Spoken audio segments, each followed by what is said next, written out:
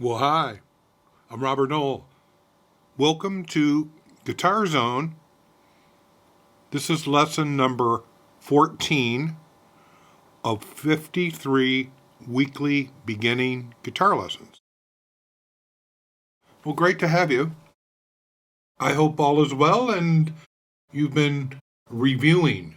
It's so important. I stress it almost every lesson. I'm sure you hope you're not getting tired of me, but I have to keep stressing the importance of review. Because you want to keep going over things. If you get in the routine of practicing and working out issues that you have physically and mentally, if you're resolving these, it's because you're analyzing what's going wrong. What are the issues? What are you having problems with? So you want to extract those issues and work on those, focus on those, and then put it together and see if you can bring it together and caring about the finger placement, how you're playing, tips of fingers, hugging the frets, finger placement. Are you picking good? Are you not using a lot of pick, using very little of pick and pinching it nicely, keeping nice relaxed hands? All these things are important unless you care about them and maybe make a practice sheet. You could have a little sheet in front of you that would be a reminder sheet to remind you of these things. Are my fingers? How's my finger placement? How's my right hand? What's my pick doing? And the alternating of the pick is so important. So, once again, the review is so important. This lesson, though, I want to focus on chords because I really didn't go over yet. The open first position chords are chords that are within the first 4 frets, being that our hand, if we set it up open string to first, second, third, fourth finger, that gives us first position. Open string, 1, 2, 3, 4, up to the 4th finger and 4th fret is first position. If we move up to the 2nd fret, second position, 3rd position, 4th, 5th, 6th, 7th, 8th, 9, 10, 11, 12, 13, 14, 15, and so on, right? So positions are important that you know that word and know what position your hand is in on the fretboard, on the neck. First position chords. You probably already know the C chord. I'm just going to kind of go through these and talk about these chords. That good old C chord. What a great standard chord, you know?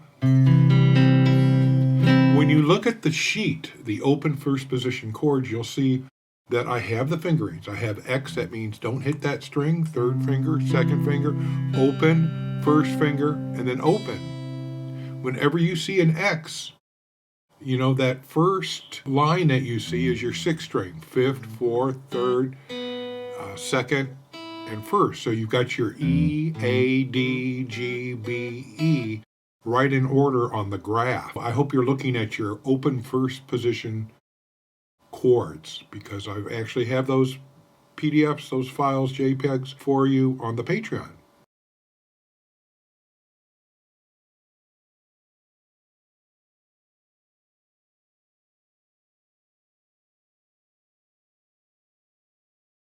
So you should be looking. Find it and get it so you can follow along with me, okay? So when you see that C chord, you besides seeing the fingering, you also see intervals. You see these colors. You see that swirly psychedelic on the 5th string, yellow, green, psychedelic, and another yellow for a C chord. Right now, those aren't important for you. Those are intervals and you're going to learn them. But that's several weeks away before we even start talking about intervals, okay? I'm more concerned right now that you learn the chord name and you use the proper fingering and you're getting a good sound on these chords. So C chord, great chord, your D chord. So you want to try to get everything next to the fret. When I get my 1st and 2nd finger next to the fret, I have to shift my hand back a little bit. So I've got open 1, 3, 2. I want to get a nice sound on those 4 strings only. Your G chord. We've got 2, 1, open, open, open, 3.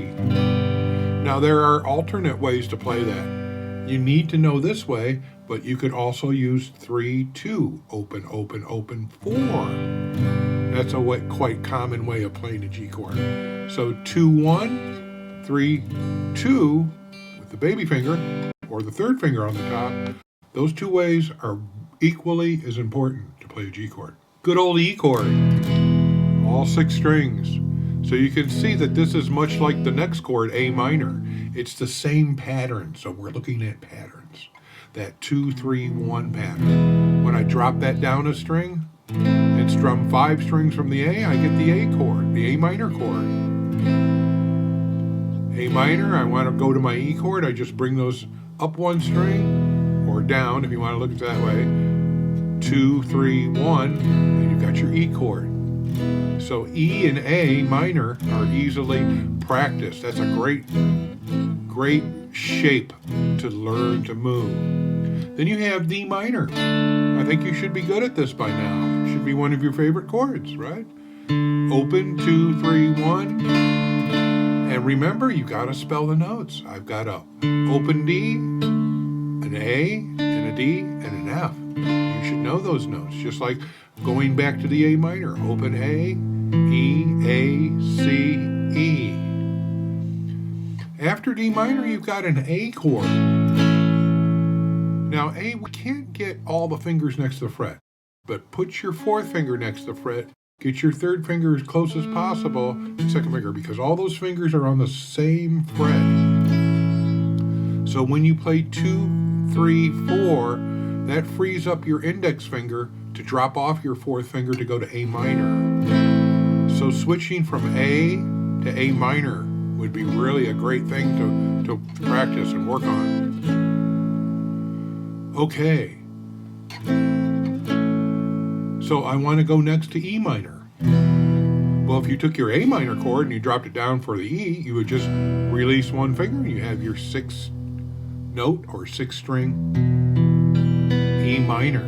So now you can see that playing an E chord, you add your 1st finger on the 1st fret, G string, and you got that E, real solid, beautiful E chord. We take off the 1st finger and we get the E minor. Yeah. Down to earth, out there, right? Next chord, oh wow, the B7 chord. Well, there's quite a story about the Beatles. I guess John Lennon and Paul McCartney, something about they found someone that knew that B7 chord back when they were teens forming the Beatles, and they had to learn that B7 chord. You might want to look that up. Very important chord to get all of the notes out. You're not hitting the 6th string, that's X'd out on your chart. 2nd finger, 1st finger, 3rd finger, open string, 4th finger. Yeah. B7, that's like a form that is a movable form that we'll talk about later. And then your C7.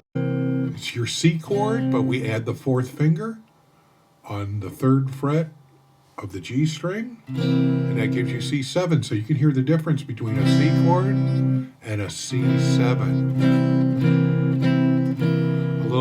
I call it a little more seriousness sometimes when we get that C7, as the C chord is just playing nice and mellow. A7. Wow. Well, now at this point, if you've got your A7, your open 2, open 3, you can actually play your A chord, play your A minor, and then leaving your 2nd finger still there, just take off your 1st finger and bring your 3rd finger down to the 2nd fret B string, and you get your A7. So you kind of want to maybe practice those 3 chords, starting with your A chord, your A minor,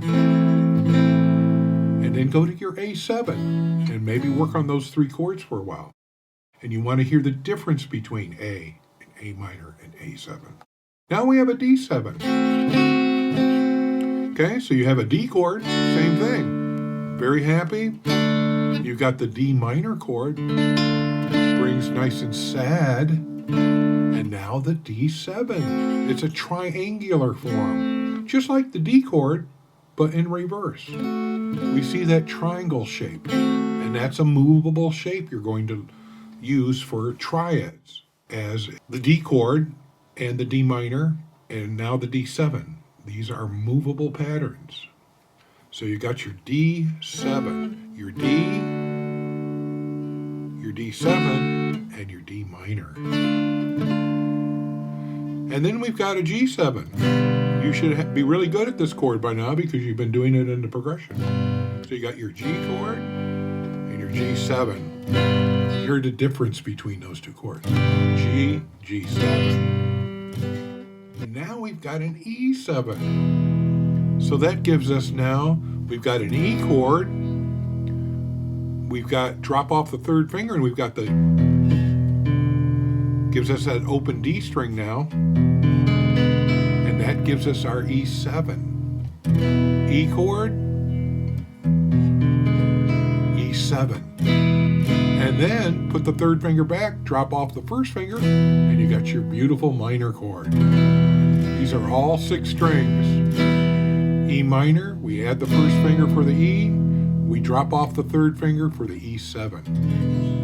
Very important you know those 3 chords, okay? E, E minor, E7.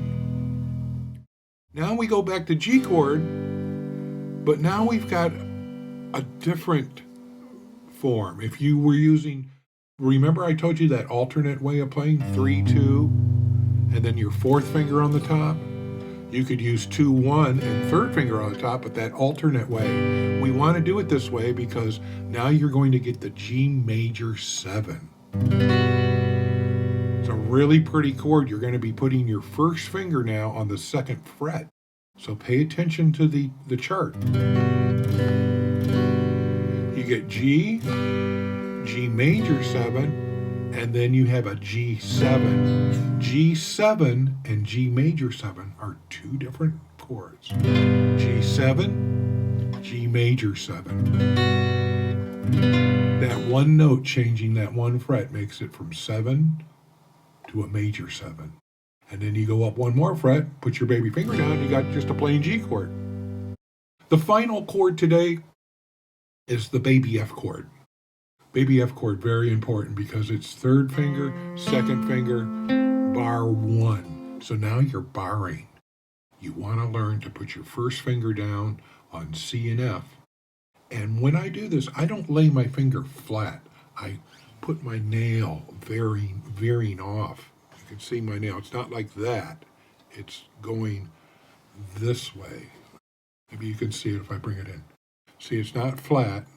I'm pressing, but I'm kind of pressing on the side of my index finger.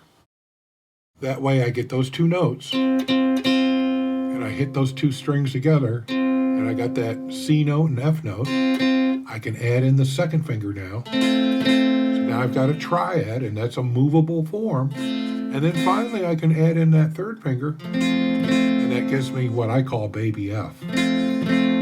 So this is your first bar chord. Whenever we say bar, it means you've got a bar finger. It could be your index, your second, third, or fourth finger. In this case, we're barring the first finger on 2 strings. So it's a technique and a skill you need to know and get good at. So this is a movable chord. Just to tell you, if I was to take this note F and move it the whole form up to G, I'd have a G chord. And if I took that whole form and moved it up 2 more frets to the 5th fret, that would be an A. A, G, F, A. 7th fret would be B. 6th fret would be a C chord. 10th fret would be a D chord. 12th fret would be an E chord. 13th fret, I'm back to F. F, F. F first fret, first position. F 13th fret, 13th position. And I could keep going. 15th fret would be G, 19th fret would be A, and I don't know if I can get the B out. That's really hard. But it's a movable pattern, as are most of these chords. Not all of them will sound good when you move them, but you'll find out later which ones are movable. So this week, you just want to really get good at these chords. You really want to start going over them, because I'm going to do more open first position chords in a couple lessons. I want you to get a handle on these. And you should be going through some of the chord progressions besides progression number 1, you should be working on, in the I real progressions, you should be working on 1, 2, 3, 4, and 5. And you could secretly be working on other ones too. But you need to start looking at progressions that I've given you, the I real progressions. I think that's really all I want to do this week. You're reviewing. We finally went over all of the chords that I gave you for open first position chords. That's not all the chords there are. No, we could triple that about, maybe even quadruple for open chords. But those are the basic, what I feel are the most important chords for a beginning student to learn. If you know these chords really well, there are just literally thousands of songs you can play. Literally thousands. But you need to get good sound. Your finger placement has to be good. The rule is you hug the fret whenever possible. You always hug the frets. It's a rule. Whenever possible, we make that shape look like a triangle. We make that shape look good. We never have fingers just anywhere in there. They're always up against the frets on the tips of the fingers. And we're learning to spell the notes, say the notes in the chord. But also, we want to be able to strum the chord and get a good sound, and then take and get each note. Whatever chord you play, you want to be able to hit each note singly and then strum it up and down, and switch even randomly. You could look at your chart and go, oh, I'm going from C to A, or A to C7, or C7 to little F chord, or G major 7 to E minor 7. You might want to experiment and just kind of play a little game jumping around your chords, making up your own progressions. And you might be surprised. You might come up with some really nice sounds. It's a great experiment. It's a great journey. It's a great adventure. Hope to see you at the next lesson, number 15. I've got some really important stuff to talk about in the next lesson as well. And keep practicing. You're at the Guitar Zone.